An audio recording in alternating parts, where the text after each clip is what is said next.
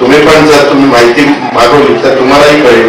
त्याच्यामुळं आम्ही विशेष म्हणजे एकूण स्थूल उत्पन्नाच्या 25% पेक्षा जास्त असता कामा नये तिथं आम्ही 18.87% ठेवलं आणि 3% पर्यंत मर्यादा वार्षिक कर्ज उभारणी करता त्याच्यामध्ये ठेवायची असते स्थूल उत्पन्नाच्या, ती आम्ही 2.76 पर्यंत त्या ठिकाणी ठेवलेली आहे. कॉमस्कोर नुसार आता isakal.com आहे देशातील नंबर 1 ची मराठी न्यूज वेबसाईट. प्रत्येक अपडेटसाठी isakal.com ला नक्की भेट द्या. अशा प्रकारे हा आमचा अर्थसंकल्प आम्ही त्या व्याप्तीमध्ये दिलेला आहे. मी आपल्याला सगळ्यांना एक गोष्ट आवर्जून सांगू इच्छितो की हा अर्थसंकल्प सादर करत असताना साधारण आम्ही कृषी क्षेत्राला देखील आपल्याला एका गोष्टीचं आश्चर्य वाटेल, परंतु गेल्या वर्षीच्या निराशजनक कृषी क्षेत्राचा विकास दर होता 3.3%. यावेळेस मात्र 24-25 मध्ये तो 8.7% पर्यंत सुधारला आणि त्याचा एक चांगला फायदा राज्याच्या स्थूल उत्पन्नाच्या मध्ये त्या ठिकाणी झाला.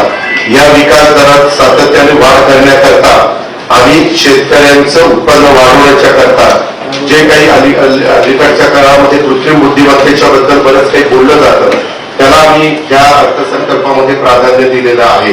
आणि त्याच्यातनं शेतकऱ्यांचं उत्पन्न वाढवणं, शेती उत्पन्न मूल्यवर्धित, नंतर सिंचन सुविधा, यालाही तुम्ही जर बघितलं असेल तर मोठ्या मोठ्या जे कार्य आमचे मराठवाड्याला, विदर्भाला, उत्तर महाराष्ट्राला अशा वेगवेगळ्या भागाला मदत करणाऱ्या जे मोठे मोठे प्रकल्प होते त्याही प्रकल्पाला आम्ही चांगल्या प्रकारे त्याला निधी देण्याचं काम केलेलं आहे. विजेची गरज भागवण्यासाठी देखील सध्या जगामध्ये सौर ऊर्जेला प्राधान्य दिलं जातं. त्या पायाभूत सुविधा देखील आम्ही या अर्थसंकल्पाच्या निमित्तानं त्याला जास्तीत जास्त प्रोजेक्ट करण्याचा प्रयत्न केलेला आहे.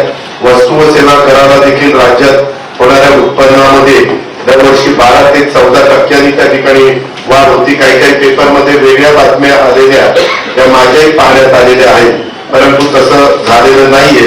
मी आपल्याला सगळ्यांना सांगतो की आता देखील आपलं उत्पन्न हे साधारण फेब्रुवारी 25 आता गेल्या फेब्रुवारी पर्यंत आपण 16.3% आपलं जास्त आहे. तामिळनाडूचं 8%, युपीचं 6.7%, गुजरातचं 9.1%, कर्नाटकचं 5.2%, हरियाणाचं 16.2 आहे आणि आपलं 16.3 आहे. अजून मार्च बाकी आहे आणि दिल्लीचं 12.9 आहे. अशा पद्धतीनं मेजर स्टेट ग्रॉस रेव्हेन्यू हा देखील जीएसटीचा आपल्याला सगळ्यांना त्या ठिकाणी बघायला मिळेल. हे सगळं करत असताना आम्ही थोडासा काही टॅक्स वाढवलेला आहे, परंतु तो वाढवत असताना साधारण सर्वसामान्य माणसाला त्याचा कुठला भार पडेल, ज्याची ऐपत आहे कर देण्याची अशांच्याकडनंच तो काढण्याचा प्रयत्न आम्ही केलेला आहे. त्याचबरोबर यावेळेस आम्ही अजून एक योजना, ही अभय योजना आणलेली आहे. माझ्या आतापर्यंत वेगवेगळ्या सरकारांनी 3 अभय योजना आणलेल्या होत्या, जे आपल्या पूर्वी सेल टॅक्स होता वगैरे ते असताना.